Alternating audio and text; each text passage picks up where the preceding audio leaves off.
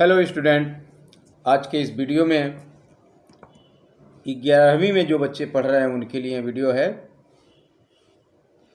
NCERT की book आप पढ़ते होंगे, उसमें थर्ड लेसन है प्लांट किंगडम। आप सोच रहे होंगे कि इसके पहले भी प्लांट किंगडम्स के बारे में, एनिमलिया किंगडम के बारे में बताया गया।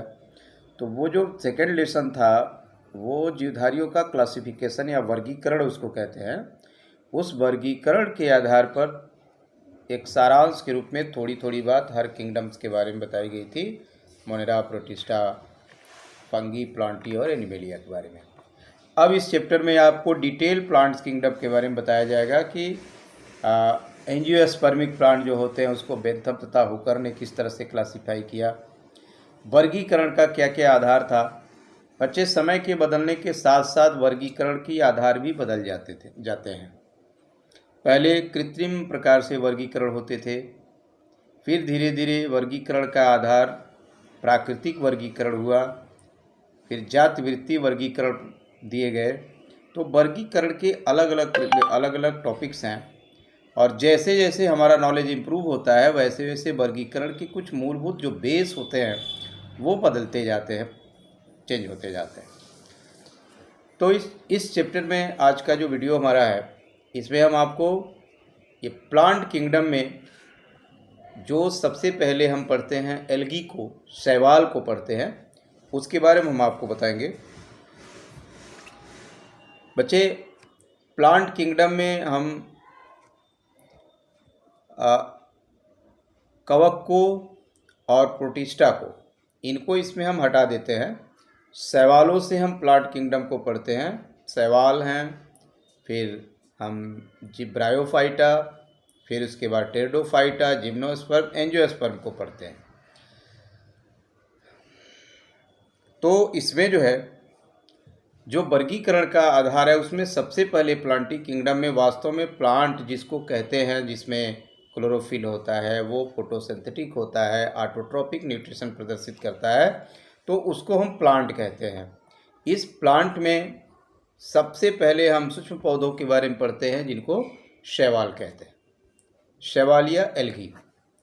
तो बच्चे, आज हम एल्गी के बारे में आपको बताने वाला हैं कि शैवाल कितने प्रकार के होते हैं और शैवालों को हम जब प्लांट किंगडम पढ़ते हैं, वनस्पति जगत जब पढ़ते हैं, तो उसमें फर्स्ट ऑफ ऑल शैवालों को क्यों पढ़ते हैं।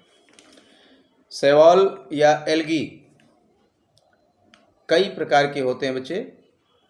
इसमें जो शैवाल की मूलभूत संकल्पना है वो मूलभूत संकल्पना ये है कि शैवाल ऑटोट्रॉपिक होता है, स्वपोषी होता है, प्रकाश संश्लेषण की क्रिया करके अपना भोजन स्वयं बनाता है।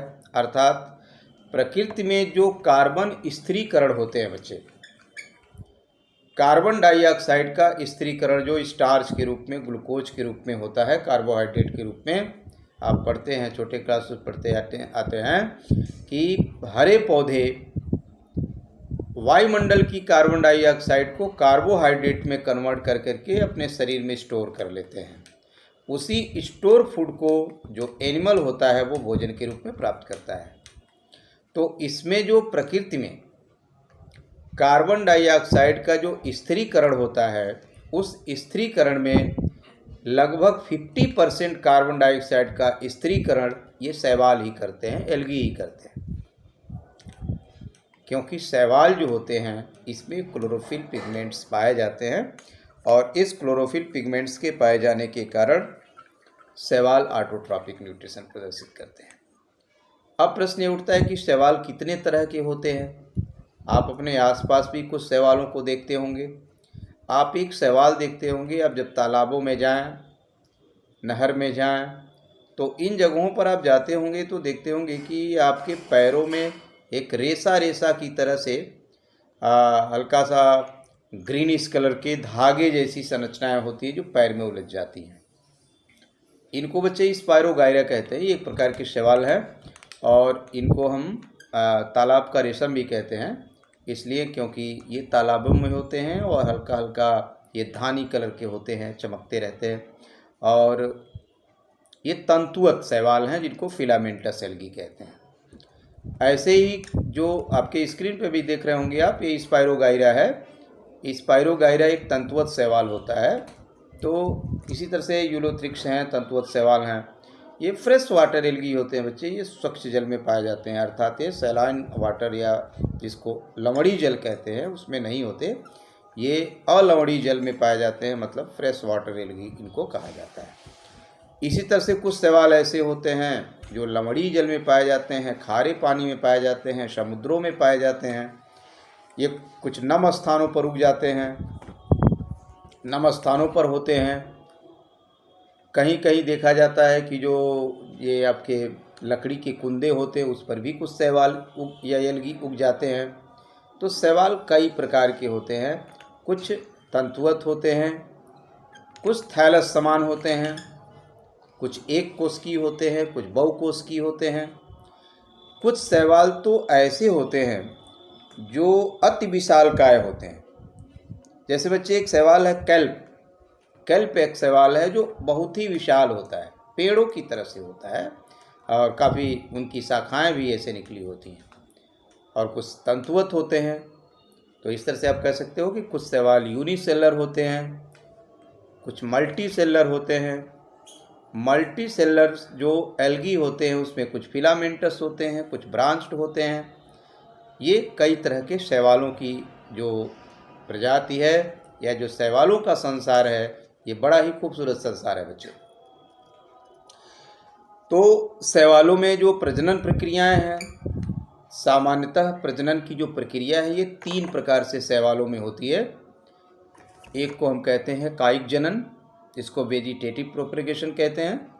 एक को कहते हैं अलैंगिक जनन या एसेक्सुअल रिप्रोडक्शन, और ये होता है जिसको लैंगिक जनन अथवा सेक्सुअल रिप्रोडक्शन कहते हैं। अर्थात जो एल्गी है, शैवाल है, ये 3 प्रकार की रिप्रोडक्शन पद्धति प्रदर्शित करता है। वेजिटेटिव प्रोपगेशन या जिसको आप सोमैटिक रिप्रोडक्शन कहते हैं, कायिक जनन, दूसरा अलैंगिक जनन या एसेक्सुअल रिप्रोडक्शन, और तीसरा है जिसको कहते हैं आप लैंगिक जनन अथवा सेक्सुअल रिप्रोडक्शन। तो ये 3 प्रकार से प्रजनन पद्धति कर सकते हैं। अब जो इनका कायिक जनन है वो कैसे होता है, तो जो शैवाल होते हैं, इन शैवालों में कुछ शैवाल ऐसे होते हैं जिनमें फ्रेगमेंटेशन की क्रिया होती है, खंडन की क्रिया होती है। इनके तंतु जगह जगह से टूट जाते हैं और टूट करके फिर वो पड़ करके नए शैवाल को जन्म दे देते हैं।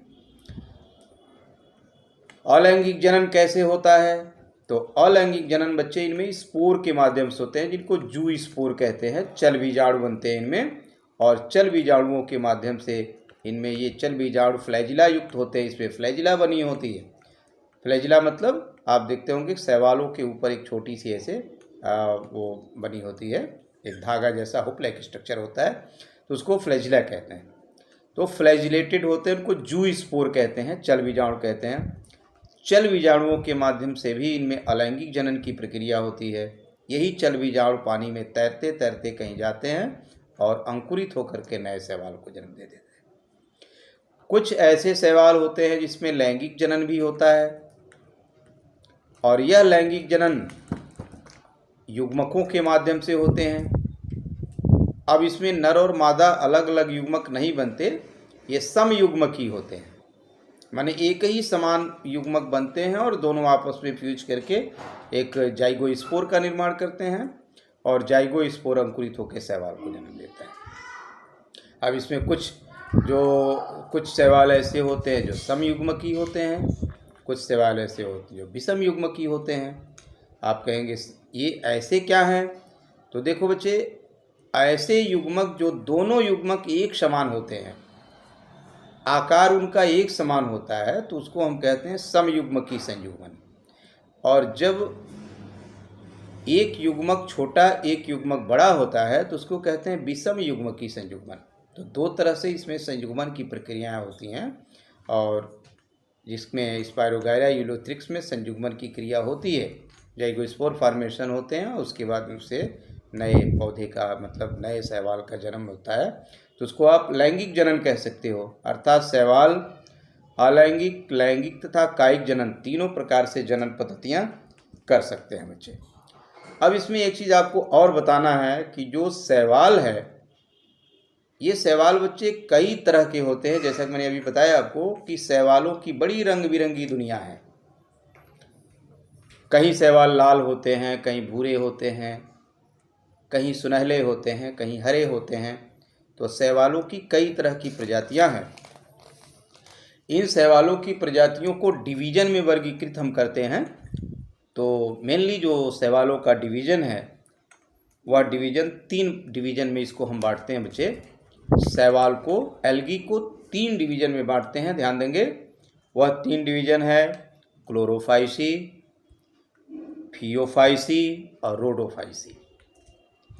क्लोरोफाइसी, फियोफाइसी और रोडोफाइसी, ये 3 डिवीज़न शैवालों के हैं। इसमें जो क्लोरोफाइसी है बच्चे, इसमें सभी हरी शैवालें आती हैं जो देखने में ग्रीन होती हैं, और इनमें जो क्लोरोफिल होता है वो क्लोरोफिल ए और क्लोरोफिल बी होता है। जो क्लोरोफाइसी ग्रुप के शैवाल होते हैं उसमें क्लोरोफिल ए और क्लोरोफिल बी पाया जाता है। ये पूर्णतया हरे होते हैं, ग्रीन एल्गी इनको कहते हैं। और इसमें आप चिरपरिचित शैवाल इसमें आते हैं, जैसे क्लैमाइडोमोनास, वालवाक्स, स्पाइरोगाइरा, यूलोथ्रिक्स, कारा आदि। यह शैवाल ऐसे शैवाल होते हैं जो हरे होते हैं। इसमें जो क्लैमाइडोमोनास शैवाल है वह क्लैमाइडोमोनास शैवाल एक कोश की शैवाल है, फ्लैजिलेटेड शैवाल है, उसमें फ्लैजिला पाई जाती है, उस फ्लैजिला से तैरता है। और क्लैमाइडोमोनास का जो हरित लवक होता है कप शेप होता है बच्चे, कटोरी के आकार का होता है। शैवालों की कुछ स्पेशल साइज होते हैं उनके क्लोरोप्लास्ट के, हरित लवक के। तो जो क्लैमाइडोमोनास है उसका जो मतलब उसका क्लोरोफिल का साइज है, शेप है, वो कप शेप होता है। इसके बाद जो स्पाइरोगाइरा है जो आपके सामने स्क्रीन पर लगाया गया है, ये देखो, इसमें रिबन शेप इसको कहते हैं बच्चे, रिबन शेप या फीतानुमा। इसमें क्लोरोप्लास्ट होते हैं, पूरे रिबन शेप ऐसे लगे होते हैं। और यूलोथ्रिक्स में जो यूलोथ्रिक्स शैवाल है वो भी तंतुवत शैवाल है, उसका जो क्लोरोप्लास्ट होता है वो कॉलर के आकार का होता है। इस बात को ध्यान देंगे थोड़ा सा। क्लोरोफाइसी में हम हरे शैवाल को पढ़ते हैं। हरे शैवाल में ए और बी 2 प्रकार का क्लोरोफिल पाया जाता है। इसमें संचित भोजन स्टार्च के रूप में होता है, और इसकी जो कोशिका भित्ति होती है वो सेलुलोज की बनी होती है। इसके उदाहरण में हमने आपको बताया है क्लैमाइडोमोनास, यूलोथ्रिक्स, वालवॉक्स, स्पाइरोगाइरा। इसमें बच्चे स्पाइरोगाइरा और यूलोथ्रिक्स दोनों फिलामेंटस एल्गी होते हैं, तंतुवत शैवाल होते हैं। और जो क्लैमाइडोमोनास और वालवॉक्स है ये एक कोश की शैवाल होते हैं। जो वालवॉक्स है चूँकि कॉलोनी में पाई जाती है, ग्रुप में पाई जाती है, इस नाते इसको कॉलोनियल एल्गी भी कहते हैं।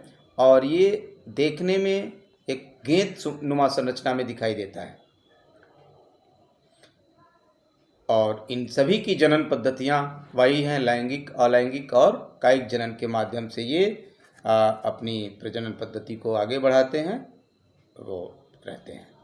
इसके बाद बच्चे आप देख सकते हैं कि जो इनके क्लोरोफिल होते हैं, क्लोरोप्लास्ट या जो हरित लवक है, उस हरित लवक पर छोटे छोटे दाने पाए जाते हैं जिसको पायरिनाइड्स कहते हैं। यह पायरिनाइड्स स्टार्च के ही, कार्बोहाइड्रेट के ही बने होते हैं। तो पायरिनाइड्स के कण पाए जाते हैं इनके हरित लवक पर। कोई भी शैवाल हो, सब में ये पायरिनाइड्स के कण पाए जाते हैं। क्लोरोफाइसी के बाद जो दूसरा हमारा डिवीज़न है वह डिवीज़न है फियोफाइसी। क्लोरोफाइसी हरे शैवालों का डिवीज़न है, प्रभाग है। और जो फियोफाइसी है ये भूरी शैवालों का है। अब भूरी शैवालों में बच्चे हल्का ब्राउन से लेके गाढ़ा ब्राउन तक कई तरह के ब्राउनिश कलर के एल्गी होते हैं, अकॉर्डिंग टू देयर पिगमेंट्स। उसमें पाए जाने वाले पिगमेंट्स के आधार पर ये कई प्रकार के होते हैं, जिनको हम फियोफाइसी के अंतर्गत या भूरी शैवाल कहते हैं। और इसमें बच्चे क्लोरोफिल ए और क्लोरोफिल सी होता है, ध्यान देंगे, क्लोरोफिल ए और क्लोरोफिल सी। फियोफाइसी के जो शैवाल होते हैं, जो भूरी शैवाल होते हैं, उसमें क्लोरोफिल ए और क्लोरोफिल सी होते हैं। इसके साथ साथ फ्यूकोजैंथिल नामक पिगमेंट्स पाए जाते हैं इसमें, और फ्यूकोजैंथिल नामक पिगमेंट्स के कारण ही इनके ये जो कलर ब्राउनिश कलर के होते हैं वो अलग अलग तरह के दिखाई देते हैं। और इसमें जो इनकी कोशिका भित्ति होती है, ये कोशिका भित्ति सेलुलोज की बनी होती है, और साथ में एल्जिन नामक एक पदार्थ की लेयर चढ़ी होती है ऊपर, एल्जिन नामक पदार्थ की। और ये क्या हैं, तो इनको कहेंगे आप भूरी शैवालें हैं। भूरी शैवालों में क्लोरोफिल ए और क्लोरोफिल सी पाया जाता है, साथ में फ्यूकोजैंथिल नामक वर्णक पाए जाते हैं। इनमें जो संचित भोजन है बच्चे, वो भी कार्बोहाइड्रेट के रूप में ही होता है, संचित भोजन, लेकिन इसको हम एक स्पेशल टाइप ऑफ कार्बोहाइड्रेट का नाम दे देते हैं। इसको कहते हैं मैनिटोल और लैमिनेरिन। लैमिनेरिन तथा मैनिटोल, लैमिनेरिन दो प्रकार के कार्बोहाइड्रेट्स होते हैं जो इसमें जितने भी भूरे शैवाल हैं उसमें संचित होते हैं। प्रजनन पद्धतियां इनकी भी अलैंगिक, लैंगिक तथा खंडन विधि द्वारा इनमें प्रजनन क्रिया होती है। और इनके उदाहरण आपको हम बता दें कि इसमें जो लैमिनेरिया और सर्गासम दो प्रकार के बड़े महत्वपूर्ण भूरी शैवालें होती हैं जो फियोफाइसी में ही आते हैं, लैमिनेरिया और सार्गासम। और एक शैवाल और है जिसको फ्यूकस कहते हैं। ये सामान्य शैवाल हैं जो भूरी शैवालें हैं, और ये सामान्यतः लवणी जलों में ज़्यादा होते हैं और लवणी जलों में कम पाए जाते हैं। तीसरी जो फैमिली है, इसकी डिवीज़न है, वह है बच्चे रोडोफाइसी। तो मैंने आपको बताया क्लोरोफाइसी, फियोफाइसी, और तीसरा जो डिवीज़न है उसको कहते हैं रोडोफाइसी। रोडोफाइसी मीन्स लाल शैवाल, जो लाल रंग की शैवालें होती हैं उनको रोडोफाइसी कहते हैं। रोडोफाइसी ग्रुप के जो शैवाल होते हैं ये भी सामान्यतः अलवणी तथा लवणी जलों में सामान्य रूप से पाए जा सकते हैं। अधिकांशतः ये लवण वाले जल में पाए जाते हैं, और इनमें क्लोरोफिल ए और क्लोरोफिल डी होता है बच्चे। मैं आपको बता दूं कि chlorophyll A, chlorophyll B, chlorophyll C, chlorophyll D, ये 4 प्रकार के क्लोरोफिल पिगमेंट्स होते हैं बच्चे।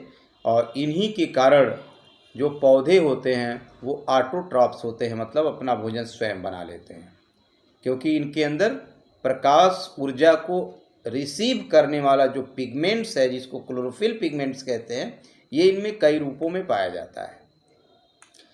तो जो रोडोफाइसी हैं, लाल शैवाल जिसको कहते हैं, इसमें क्लोरोफिल ए और क्लोरोफिल डी पाया जाता है, और साथ में फाइकोएरिथ्रिन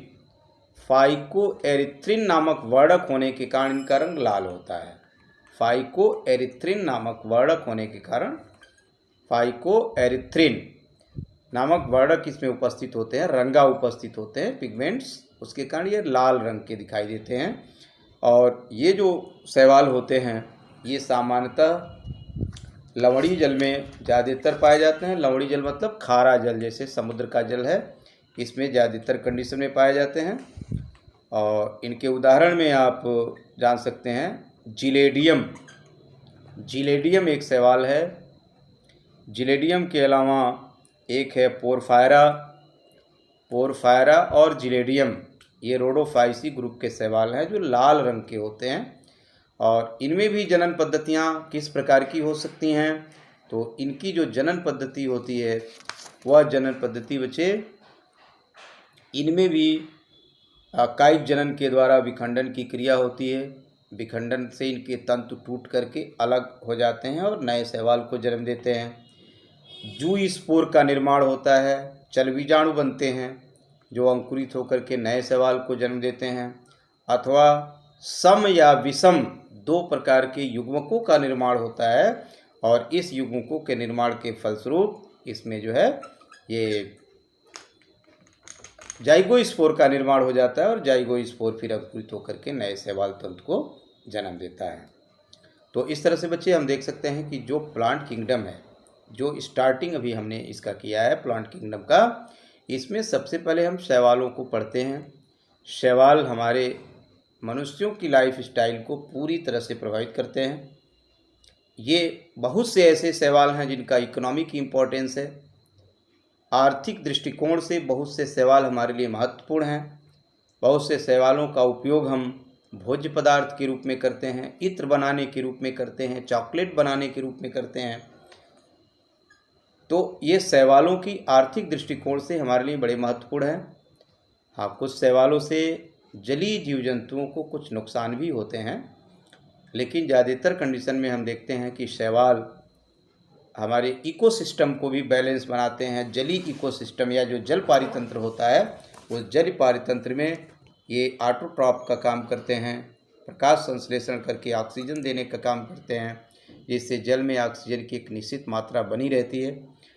तो ये शैवालों के बारे में था, और फिर अगले वीडियो में हम आपको इसके आगे के ब्रायोफाइट्स हैं, इनके बारे में हम आपको बताएंगे। तब तक के लिए आप ये ध्यान दें कि जो शैवालों की प्रजातियां हैं, इन शैवालों की प्रजातियों में 3 तरह की प्रजातियां या जिसको डिवीज़न कहते हैं, उसमें क्लोरोफाइसी, फियोफाइसी और रोडोफाइसी के बारे में आप अध्ययन कर सकते हैं, और इस पे तमाम तरह के उदाहरण हैं, उनको समझ सकते हैं। Thank you.